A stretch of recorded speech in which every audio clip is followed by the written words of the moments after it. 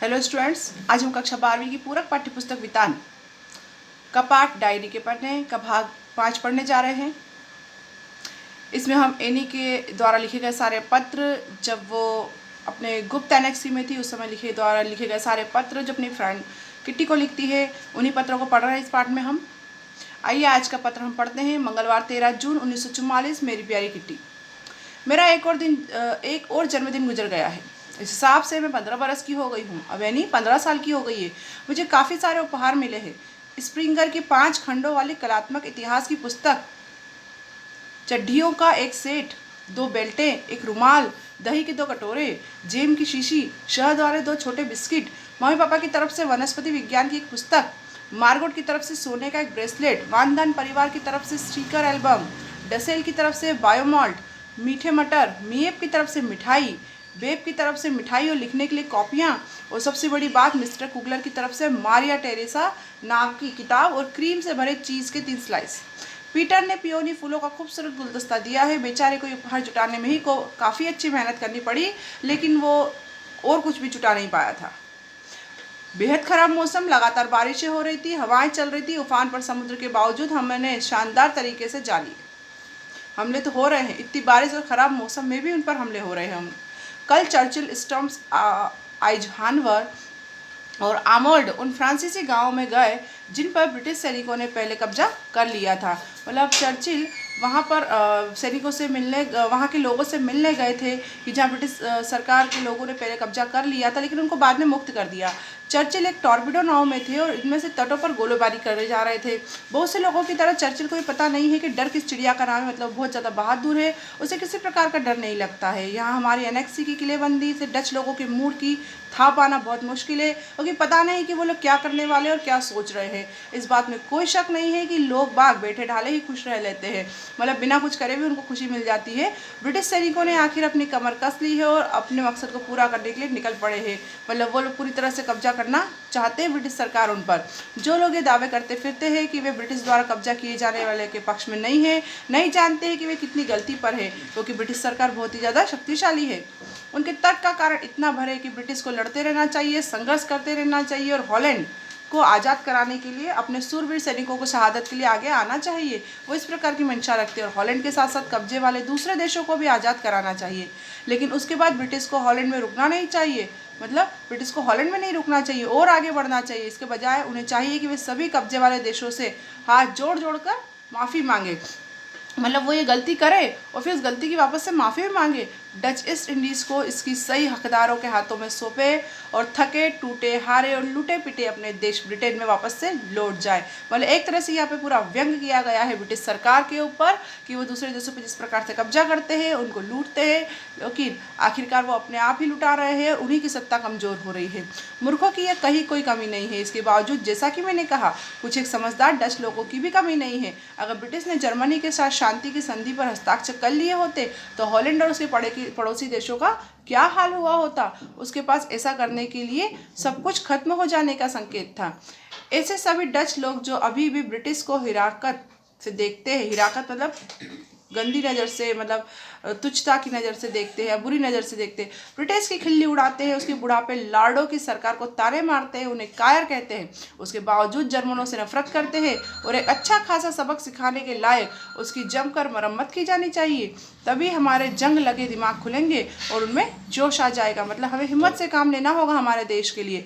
मेरे दिमाग में हर समय इच्छाएं, विचार, आरोप या डांट फटकार ही चक्कर खाते रहते हैं। मैं सचमुच उतनी घमंडी नहीं हूँ जितना लोग मुझे समझते हैं। मैं किसी और की तुलना में अपनी कई कमजोरी और खामियों को बेहतर तरीके से जानती हूँ। मतलब वो बताती है कि बड़े बड़े नेताओं की तरह मैं इतनी बुरी नहीं हूँ, मैं अपनी कमियों को जानती हूँ, और लेकिन उनमें और मुझ में ये फ़र्क है कि मैं जानती हूँ कि मैं खुद को बदलना चाहती हूँ, बदलूंगी और काफ़ी हद तक बदल भी चुकी हूँ मैं। तब ऐसा क्यों है कि मैं अपने आप से सवाल पूछती हूँ कि लोग मुझे अभी भी इतनी नाक घुसेड़ू और अपने आप को 30 मार का समझने वाली क्यों मानते हैं। नाक घुसेड़ू मतलब किसी के काम के बीच बीच में बोलना, अपना बीच बीच में बातें करना, उनके बीच बीच में अपनी दखल अंदाजी देना। क्या मैं वाकई अक्कड़ हूँ, क्या मैं अकेली लक्कड़ हूँ, या वे सभी अक्कड़ है? यह सब वाहियात लगता है मुझे पता है, लेकिन मैं ऊपर लिखी आखिरी वाक्य काटने वाली नहीं हूँ। वाहियात शब्द वो लिखना नहीं चाहती थी, लेकिन फिर भी वो लिखने के बाद उसको काटना नहीं चाहती है। ये वाक्य इतना मूर्खतापूर्ण नहीं है जितना लगता है। मुझ पर हमेशा आरोपों की बौछार करने वाले दो लोग, मिसेस वॉन डन और मिस्टर डसेल। मिसेस वॉन डन जो फैमिली उनके साथ आई थी वो मिसेस वॉन डन, और डसेल के साथ वो रहती है। उनके बारे में सबको पता है कि वे कितने जड़ बुद्धि है, कि उसमें सहन कर पाते हैं कि उसमें कोई बेहतर काम करके दिखाए। मतलब जड़ बुद्धि मतलब मूर्ख कह रही है वो, मूर्ख जिसके आगे कोई विशेषण लगाने की जरूरत नहीं, वो उन्हें मूर्ख कह रही है। मूर्ख लोग आमतौर पर इस बात को सहन नहीं कर पाते कि कोई उनसे बेहतर काम करे, कोई उनसे अच्छा काम करे। इसका सबसे बढ़िया उदाहरण है ये दो जड़मती, मिसेस वॉन दान और मूर्खाधिराज डसेल। वो दोनों को मूर्ख कहती है, और मिसेस वॉन दान मुझे इसलिए मूर्ख समझती है क्योंकि मैं उनसे जितनी बीमारियों की शिकार नहीं हूँ। मतलब मिसेस वॉन दान बार बार बीमार होती है और वो बीमार नहीं होती है, नहीं, इसलिए वो उन्हें मूर्ख समझती है।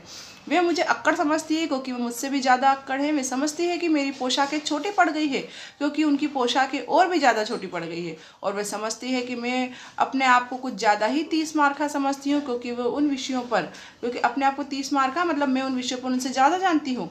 मैं मुझसे भी दोगुना बोलती है, इनके बारे में वे खाक भी नहीं जानती है। ये बात डसेल पर भी फिट होती है, लेकिन मेरी प्रिय कहावत है, जहाँ आग होगी वहीं तो धुआं भी होगा। मतलब उन दोनों के बारे में इस प्रकार के विचार बताती है कि उन दोनों को कुछ पता नहीं होता है, फिर भी वो अपनी तरफ से राय देते रहते हैं। और मुझे यह मानने में रत्ती भर भी संकोच नहीं है कि मैं सब कुछ जानती हूँ। मेरे व्यक्तित्व के साथ सबसे मुश्किल बात यह है कि मैं किसी भी व्यक्ति की तुलना में अपने आप को सबसे धिक्कारती हूँ, मैं अपने आप को सबसे कम समझती हूँ। और यदि माँ अपनी सलाहें देना शुरू कर देती है तो मुझे उनके उपदेशों की पोटली इतनी भारी हो जाती है कि मुझे डर लगने लगता है कैसे होगी इससे मुक्ति, जब तक एन का वही पुराना सामने नहीं आ जाना। मतलब एन आकर ही उन्हें बचा लेती है। मुझे कोई नहीं समझता, ये वाक्य मेरा हिस्सा है। बेशक लगे कि कोई ऐसा नहीं होगा, फिर भी इसमें थोड़े से सच का अंश है। कई बार तो मैं अपने आप को प्रताड़ित करते हुए इतनी गहरी उतर जाती हूँ कि सांत्वना के दो बोल सुनने को तरस जाती हूँ। मतलब अपने आप को ही सजा देने लगती हूँ मैं गलती की कितनी बार, और कि कोई आए और मुझे इसमें से उबारे। काश कोई तो होता जो मेरी भावनाओं को गंभीरता से समझता है। ऐसा अफसोस करती है। मुझे पता है तुम पीटर के बारे में सोच रही होगी, क्योंकि वो बोलती है कि पीटर, जब मैं इतनी अच्छी दोस्त हूँ तो तुम सोचती होगी कि ऐसा व्यक्ति पीटर जरूर होगा जो कि मिस्टर वानदान परिवार का पुत्र है।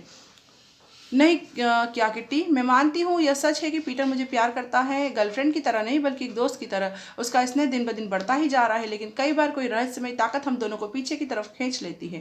कई बार मैं सोचती हूँ कि उसके पीछे जिस तरह प्रेम दीवानी बनी रहती हूँ उसे बढ़ा चढ़ाकर बता रही हूँ, लेकिन यह सच नहीं है। इसका कारण यह है कि अगर मैं उसके कमरे में 1-2 दिन के लिए न जा पाऊँ तो मेरी बुरी हालत हो जाती है। मैं उसके लिए तड़पने लगती हूँ। पीटर अच्छा है, भला लड़का है, लेकिन उससे मुझे कई तरह की निराशाएं हैं। मतलब पीटर वो अच्छा लड़का होने के बाद भी कितनी ऐसी कमियां हैं पीटर में जो एन को अच्छी नहीं लगती है। धर्म के प्रति उसकी नफरत, वो धर्म से बहुत नफरत करता है। खाने के बारे में भी उसकी जो बातें हैं वो उसको पसंद नहीं है। इसके बावजूद मुझे पक्का यकीन है कि हमने जो वायदा किया है कभी झगड़ेंगे नहीं, हम उस पर हमेशा टिके रहेंगे। पीटर शांति प्रिय है, सहनशील है और बेहद सहज आत्मीय व्यक्ति है। और मुझे कई ऐसी बातें भी कह देता है जिन्हें कहने के लिए मम्मी पापा को भी इजाज़त न देता। वह दृढ़ निश्चयी होकर इस मुहिम पर जुटा हुआ है कि वह अपने पर लगे हुए सभी इल्जामों से अपने आप को पाक साफ करे और अपने काम काज में सलीके लाए। मतलब पूरी कोशिश कर रहा है कि वो अच्छे से अपना काम कर सके, मतलब सुधरने की पूरी कोशिश कर रहा है वो।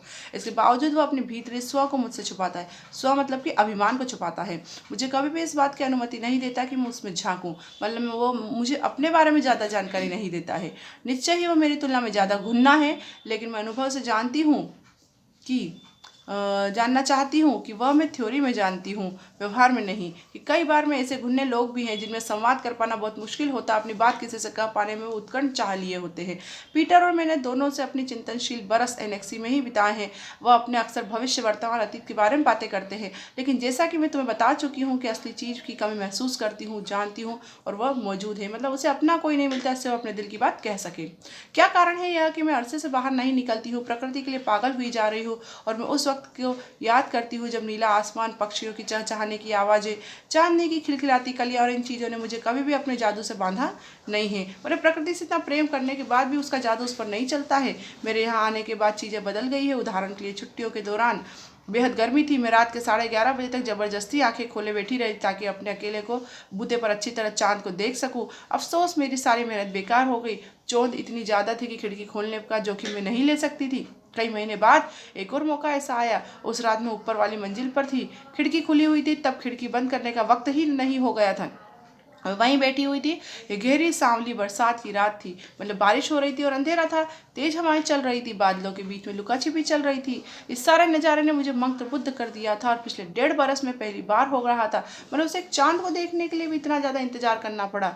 लेकिन तब मुझे चोर उचक्के, मोटे काले चूहे या पुलिस के छापे का भी डर नहीं रहता था, क्योंकि उसको इसकी आदत हो गई थी। मैं अकेले ही नीचे चली गई थी और रसोई और प्राइवेट ऑफिस की खिड़की से प्रकृति के नज़ारे देखती रही थी। कई लोग सोचते हैं कि प्रकृति बहुत सुंदर होती, कई लोग समय समय पर तारों से भरे आसमान के तले सोते हैं, और कई लोग अस्पतालों और जेलों में उन दिनों की राह देखते हैं कि उन्हें बाहर की प्रकृति देखने को कब मिलेगी। लेकिन वे इस प्रकृति के इस अनूठे उपहार का आनंद ले पाएंगे। प्रकृति गरीब अमीर के बीच में कोई भेदभाव नहीं करती है। मेरी कल्पना मात्र नहीं है। आसमान, बादलों, चांद और तारों की तरफ देखना मुझे शांति और आशा की भावना से सराबोर कर देता है। यह वेलेरियन और ब्रोमाइट की तुलना में आजमाया हुआ बेहतर नुस्खा है। मतलब इन दोनों ने इस तरह के नुस्खे आजमाए हैं प्रकृति को देखने के लिए। ये वेलेरियन ब्रोमाइट की तुलना में ज़्यादा अच्छा है। शांति पाने की रामबाण दवा है। प्रकृति मुझे विनम्रता का उपहार देती है और मैं इससे बड़े से बड़ा धक्का भी हिम्मत के साथ झेल लेती हूँ। लेकिन किस्मत का लिखा ये कुछ है कि दुर्लभ अवसरों को छोड़कर मेल चिकट खिड़कियों तक ही सिर्फ बना हुआ रहता है। और इस तरह से वो प्रकृति के प्रेम की अपनी सारी बातों को यहाँ पर उजागर करती है। और अब हमें आगे देखना है कि वो किस प्रकार से अपने जीवन की ओर छुपे हुए पहलुओं को हमारे सामने उजागर करती है, अपने पत्रों के द्वारा, अपनी डायरियों के द्वारा। इन सबको हम इस पाठ के अगले भाग में पढ़ेंगे। धन्यवाद।